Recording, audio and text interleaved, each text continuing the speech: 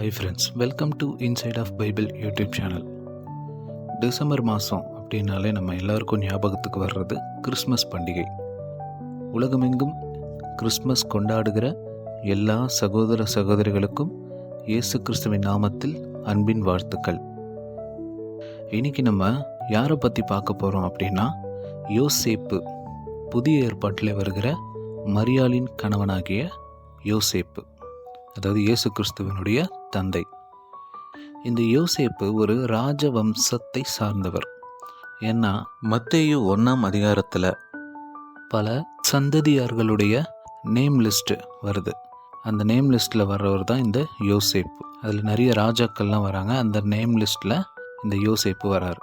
அதனால் இவர் ஒரு ராஜவம்சத்தை சார்ந்தவர்.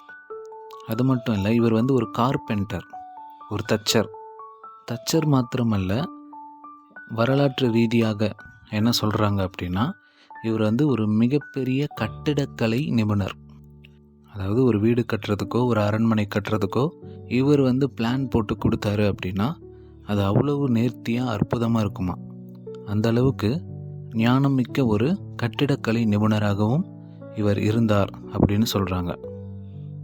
பரிசுத்த வேதாகமத்தில் ஒரு நபர் எந்த ஒரு வார்த்தையும் பேசாமல் இருக்காரு அப்படின்னா அது இந்த யோசேப்பு தான். இவர் வாயை திறந்து பேசினதா புதிய ஏற்பாட்டில் எங்கேயுமே குறிப்பிடப்படலை. ஆனால் இந்த யோசேப்பிடமிருந்து நாம் கற்றுக்கொள்ள வேண்டிய சில காரியங்கள் உண்டு. அது என்ன அப்படிங்கிறத பார்க்கலாம். யோசேப்புக்கும் மரியாளுக்கும் ஏற்கனவே நிச்சயதார்த்தம் ஆயிடுச்சு. இந்த டைமில் மரியாள் கர்ப்பமாக இருக்காங்க. இது பரிசுத்த ஆவியினால் உண்டாயிருந்தது. இது யோசேப்புக்கு தெரிஞ்சு அவர் என்ன பண்ணுறாரு அப்படின்னா, அவன் நீதிமானாய் இருந்து அவளை அவமானப்படுத்த மனதில்லாமல் இரகசியமாய் தள்ளிவிட பார்த்தான் அப்படின்னு வேதாகமத்தில் கூறப்பட்டுள்ளது. அதாவது நிச்சயதார்த்தம் ஆயிடுச்சு. அவங்க 2 பேரும் கல்யாணம் பண்ணிக்கிறதுக்கு முன்னாடி தான் கட்டிக்க போகிற பெண் கர்ப்பமாக இருக்கிறா அப்படிங்கிற விஷயத்த கண்டிப்பாக யாராலையும் ஏற்றுக்கொள்ள முடியாது, அப்படி தானே? இதுவே இந்த யோசேப்பு இடத்துல வேற யாராச்சும் இருந்தால் கண்டிப்பாக என்ன பண்ணுவாங்க, ஒரு பெரிய பிரச்சனை பண்ணியிருப்பாங்க இல்லையா? ஆனால் இந்த யோசேப்பு நீதிமானாய் இங்கு காணப்படுகிறார். அது மாத்திரமல்ல, அந்த பெண்ணை, அந்த மரியாளை அவமானப்படுத்த அவருக்கு மனது இல்லை. ஸோ இதை வச்சு பார்க்கும் பொழுது இந்த யோசேப்பு ஒரு நீதிமானாயும் பிறரை மதிக்கக்கூடிய குணம் மிக்கவராகவும் இருந்தார். எப்படி அவங்கள தள்ளி விடலாம் அப்படின்னு இவர் யோசிச்சுட்டு இருக்கார். அப்படி இருக்கும் பொழுது இவருடைய யோசனைகள் தப்பு, உண்மையாகவே என்ன நடந்துச்சு அப்படிங்கிறத இவருக்கு தெரியப்படுத்தணும் அப்படின்னு கர்த்தர் என்ன பண்ணுறாரு, ஒரு தூதனை அனுப்புகிறார். சொப்பனத்தில் யோசேப்பு சொப்பனம் காண்கிறார். சொப்பனத்தில் அந்த தூதன் சொல்கிறான், நீ இப்படி நினைக்கிறது நியாயம் இல்லை. நீ அவளை ஏற்றுக்கொள்ள ஐயப்படாத. அவளிடத்தில் உற்பத்தியாக இருக்கிறது பரிசுத்தம் உள்ளது. அவள் ஒரு குமாரனை பெற்றெடுப்பால், அவருக்கு இயேசு என்று பெயரிடுவாயாக அப்படின்னு சொல்கிறான். இப்போ யோசேப்புக்கு சந்தேகம்லாம் கிளியர் ஆகுது. ஓகே, இது கர்த்தரால் இப்படி நடந்திருக்கு அப்படின்னு சொல்லிட்டு அதை ஏற்றுக்கொள்ளக்கூடிய ஒரு மனப்பக்குவம் அவருக்கு இருக்குது. ஏன்னா அவர் கர்த்தரை நம்புகிற ஒரு தேவ மனிதனாக காணப்பட்டார். ஸோ அந்த தேவதூதனுடைய வார்த்தையை அவர் ஏற்றுக்கொண்டார். உடனே அவர் என்ன பண்ணுறாரு அப்படின்னா, அந்த தேவதூதன் கட்டளையிட்டபடியே மரியாளை சேர்த்து கொள்கிறார். ஸோ முதலாவதாக நீதிமானாய் பிறரை மதிக்கக்கூடிய குணம் மிக்கவராய் இருந்தார் இந்த யோசேப்பு. இப்போ இரண்டாவது, கர்த்தருடைய வார்த்தை வருகின்ற பொழுது அதை ஏற்றுக்கொண்டு அதை செய்ய அவர் தாமதிக்கவில்லை. கர்த்தருடைய வார்த்தையை மீறாத யோசேப்பு. அதாவது முதலாவது நீதிமானாய் பிறரை அவமானப்படுத்த மனதில்லாத யோசேப்பு. இரண்டாவதாக கர்த்தருடைய வார்த்தைக்கு கீழ்ப்படுகிற ஒரு யோசேப்பு. அதற்கு பிறகு இயேசு கிறிஸ்து பிறக்கிறார். இந்த இயேசு கிறிஸ்துவை பார்ப்பதற்காக சாஸ்திரிகள் வராங்க. நட்சத்திரத்தை வைத்து வழி நடத்தப்பட்ட இந்த சாஸ்திரிகள் ஒரு பெரிய ராஜா பிறக்கிறார் அப்படிங்கிறதுனால அவங்க என்ன பண்ணுறாங்க அப்படின்னா, அரண்மனையை நோக்கி போகிறாங்க. ஏன்னா ஒரு ராஜா பிறக்கிறாருன்னா சாதாரண ஒரு இடத்துல பிறக்க மாட்டார் இல்லையா? ஒரு அரண்மனையில் பிறக்கிறாருன்னு சொல்லி அரண்மனை பக்கமாக போகிறாங்க. அப்போ பார்த்தா அங்கே ஏரோது இருக்கான். இப்போ இவங்க ஏரோது கிட்ட போய் சொல்கிறாங்க, இது போல் யூதருக்கு ராஜா பிறந்திருக்கிறாரு, கிழக்கில் அவருடைய நட்சத்திரத்தை கண்டு வந்தோம் அப்படின்னோடனே அந்த ஏரோது கலங்கினான். அப்புறம் சாஸ்திரிகள் இடத்துல திட்டமாக விசாரித்து, நீங்கள் போய் முதல்ல பிள்ளையை பாருங்கள், அதுக்கப்புறம் என்கிட்ட வந்து சொல்லுங்கள், நானும் வந்து அந்த பிள்ளையை பணிந்து கொள்கிறேன் அப்படின்னு சொல்கிறான். ஆனால் இவன் சொன்ன நோக்கம் வேற. இவன் தன்னுடைய ராஜ்யத்திற்கு ஆபத்து வந்துடும், புதுசாக ஒரு ராஜா பிறந்திருக்கிறாரு அப்படின்னு புரிஞ்சுக்கிட்டு அந்த பிள்ளையை கொல்ல வகை தேடினான். அப்போ சாஸ்திரிகள் வந்து இயேசு கிறிஸ்துவை பார்க்கிறார்கள். ஒரு விஷயத்தை நல்லா புரிஞ்சுக்கணும், சாஸ்திரிகள் வந்து இயேசு கிறிஸ்துவை பார்க்கின்ற பொழுது இயேசு கிறிஸ்து கை குழந்தையாக இருக்கவில்லை, கிட்டத்தட்ட 2 வயதுக்குட்பட்டவராய் இருந்திருப்பார். ஏன்னா இந்த சாஸ்திரிகள் பல நாடுகளிலிருந்து பிரயாணப்பட்டு அவங்க நட்சத்திரத்தால் வழிநடத்தப்பட்டு வர்றவங்க. ஸோ அதுக்கெல்லாம் நிறைய நாட்கள் ஆகியிருக்கும். இப்போ வந்து அவங்க இயேசு கிறிஸ்துவை பார்த்து அவரை பணிந்து கொள்கிறார்கள். அவருக்கு காணிக்கையாக பொன்னையும் வெள்ளை போலத்தையும் அவங்க நிறைய பரிசு பொருட்களையும் கொண்டு வராங்க.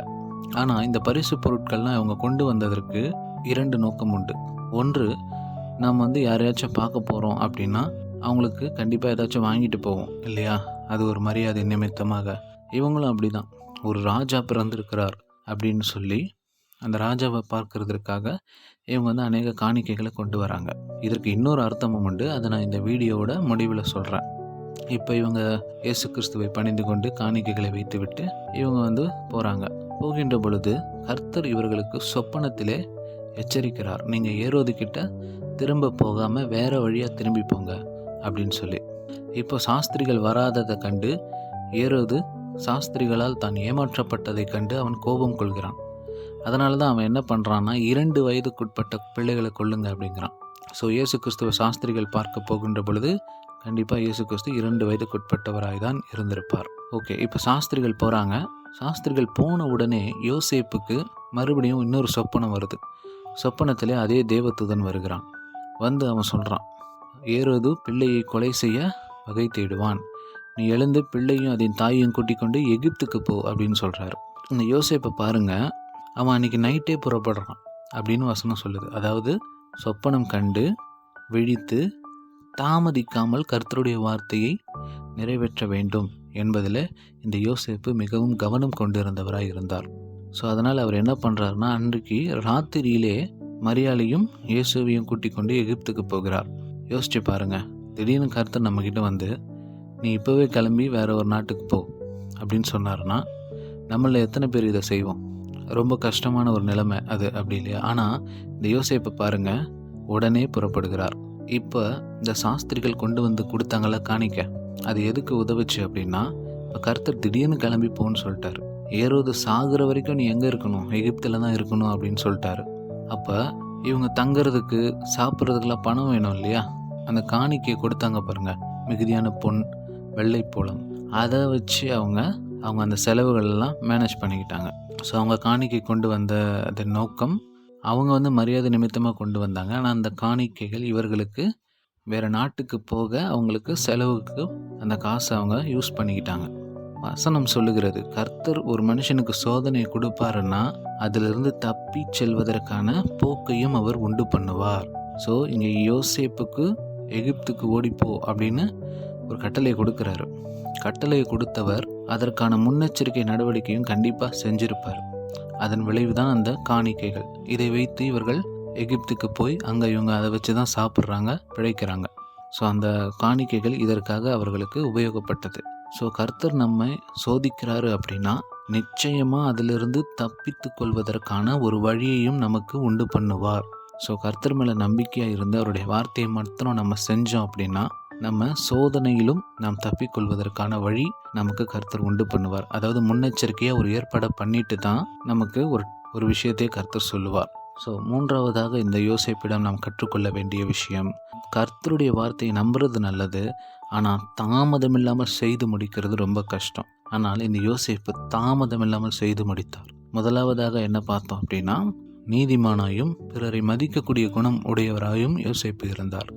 இரண்டாவதாக கர்த்தருடைய வார்த்தையை செய்து முடித்தார். மூன்றாவதாக கர்த்தருடைய வார்த்தையை தீவிரமாய் செய்து முடித்தார். அவர் தாமதப்படுத்தலை, தீவிரமாய் அதை செய்து முடித்த யோசேப்பு. ஸோ நம்மளும் கர்த்தர் நம்மக்கிட்ட ஒரு வார்த்தையை சொல்கிறாரு அப்படின்னா அலட்சியப்படுத்தாமல், கால நேரங்களை வீணடிக்காமல் சீக்கிரமாய் அதை செய்வோமானால் கர்த்தர் நம்மையும் ஆசீர்வதிப்பார். அதற்கப்புறம் ஏரோது வந்து மரிச்சிட்டான். இப்போ நீ என்ன பண்ண, திரும்ப அந்த தேசத்துக்கு வந்துரு அப்படின்னு ஆண்டவர் சொல்கிறாரு. இப்போ மறுபடியும் யோசேப்பு அவர் விட்டு வந்த தேசத்திற்கு திரும்ப வருகிறார். ஸோ காத்திருந்த யோசேப்பு, அவர் அவசரப்படலை. இங்கேருந்து எகிப்துக்கு போயிட்டாங்க. எகிப்திலிருந்து அவர் யோசித்து அவசரப்படலை. எது இறந்துட்டானா, நம்ம இப்போ போயிடலாமா அப்படின்னு அவர் அவசரப்படவே இல்லை. ஏன்னா யோசேப்புக்கு தெரியும், நிச்சயம் கர்த்தர் மறுபடியும் நான் என்ன செய்ய வேண்டும்ன்றதை எனக்கு சொப்பனத்தில் கண்டிப்பாக வெளிப்படுத்துவார். அது வரைக்கும் நான் காத்திருக்கணுங்கிற ஒரு பொறுமை அவருக்குள்ளாக இருந்தது. ஸோ 4வது யோசேப்பிடமிருந்து நாம் கற்றுக்கொள்ள வேண்டிய ஒரு விஷயம், பொறுமையாய் கர்த்தருடைய வார்த்தைக்காக காத்திருக்கக்கூடிய ஒரு பண்பு. ஓகே ஃப்ரெண்ட்ஸ், இன்றைக்கி நம்ம என்ன பார்த்தோம் அப்படின்னா, இந்த யோசேப்பிடமிருந்து நாம் 4 காரியங்களை கற்றுக்கொண்டோம். 1, நீதிமானாயும் பிறரை மதிக்கக்கூடிய நபருமாக யோசேப்பு இருந்தார். 2வது, கர்த்தருடைய வார்த்தையை கடைபிடித்தார். 3வது, கர்த்தருடைய வார்த்தையை தாமதப்படுத்தாமல் தீவிரமாய் கடைபிடித்தார். 4வது, கர்த்தருடைய வார்த்தைக்காக பொறுமையாய் காத்திருந்தார். ஓகே ஃப்ரெண்ட்ஸ், மீண்டும் ஒரு முறை உலகமெங்கிலும் கிறிஸ்மஸ் தினத்தை கொண்டாட இருக்கிற எல்லா சகோதர சகோதரிகளுக்கும் இயேசு கிறிஸ்துவின் நாமத்தில் இனிய நல்வாழ்த்துக்களை தெரிவித்துக் கொள்கிறேன். இன்னும் இது போன்ற நிறைய சுவாரஸ்யமான விஷயங்களை வருகிற நாட்களிலே இந்த சேனல் வழியாக நாம் பார்க்கலாம். கர்த்தர் தாமே உங்கள் யாவரையும் ஆசீர்வதிப்பாராக. ஆமென்.